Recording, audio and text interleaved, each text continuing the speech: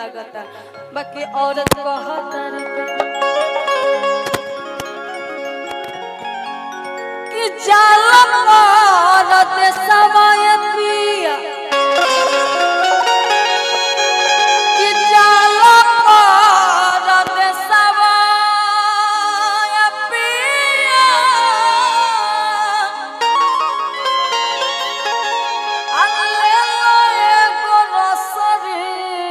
पिया कि जाल औरत समय पिया कि जाल औरत समय पिया ले लोए गोरसरी पिया ए पिया हमारो ए पिया हमारो गारदनवा लगा दो फासा पिया हमारो लगा दो फासा जाल औरत समय पिया जाल औरत समय पिया ले ले गोरसरी पिया ए पिया हमारो ए पिया हमारो गारदनवा ए पिया हमारो लगा दो फासा ए पिया हमारो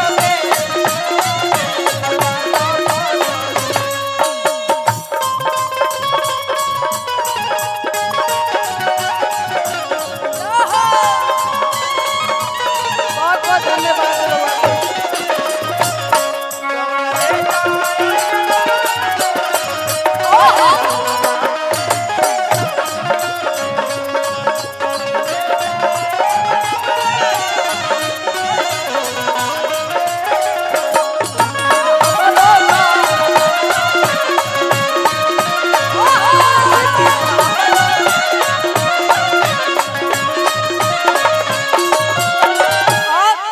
औरत बड़े सुंदर भाव में चलत रहे बोलू भैया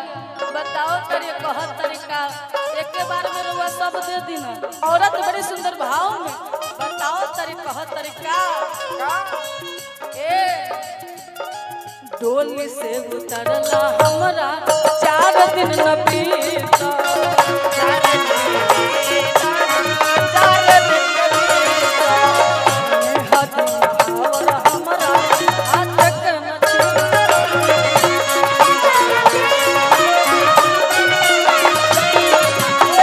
डोली से उतरला हमरा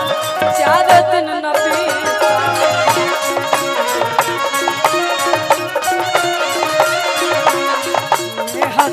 हावर हमरा हाथ के न छूटा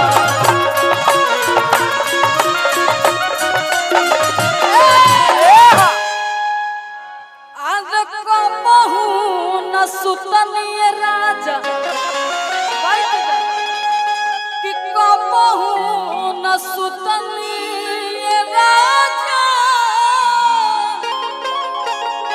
आज धोकयो कगरिया राजा हमारो बोलो जी इनकरा धरे में हमरा लाज लगता है खातिर में को शायरी कहिला कि लड़की ही लड़की को गले लगाए अच्छा सलीका है कि लड़की ही लड़की को गले लगाए अच्छा सलीका है और जनरेशन कम करने का यही अच्छा तरीका है कि कबहू न सुतनिए पिया आज धकयो कबरिया पिया आज कबहू न सुतनिए पिया धकयो कबरिया पिया ए पिया ए पिया हमरो गारदनवा लगा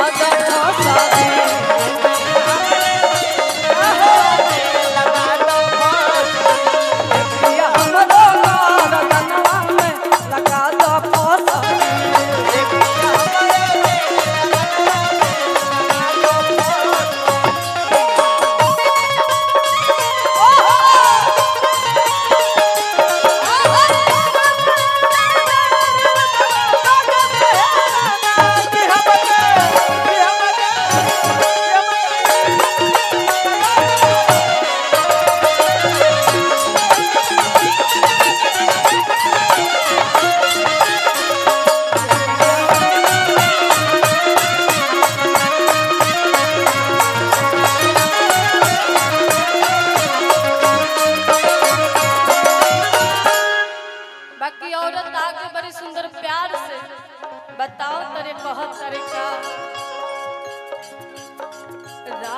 नौकरिया भाई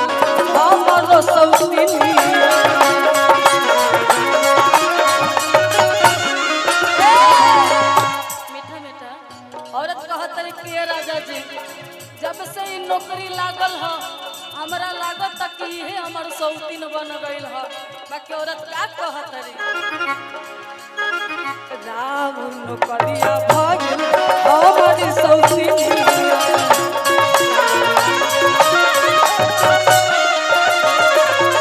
तू रहता घर रजऊ हम बनती कनिया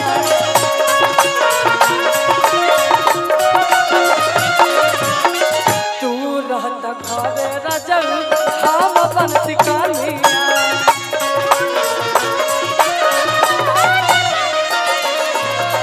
कोदिले गुजारा पिया कोदिले गुजारा पिया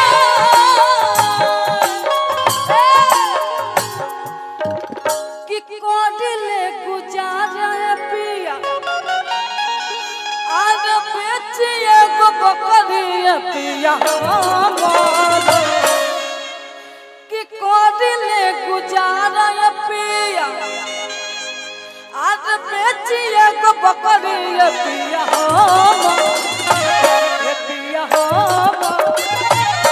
पिया हम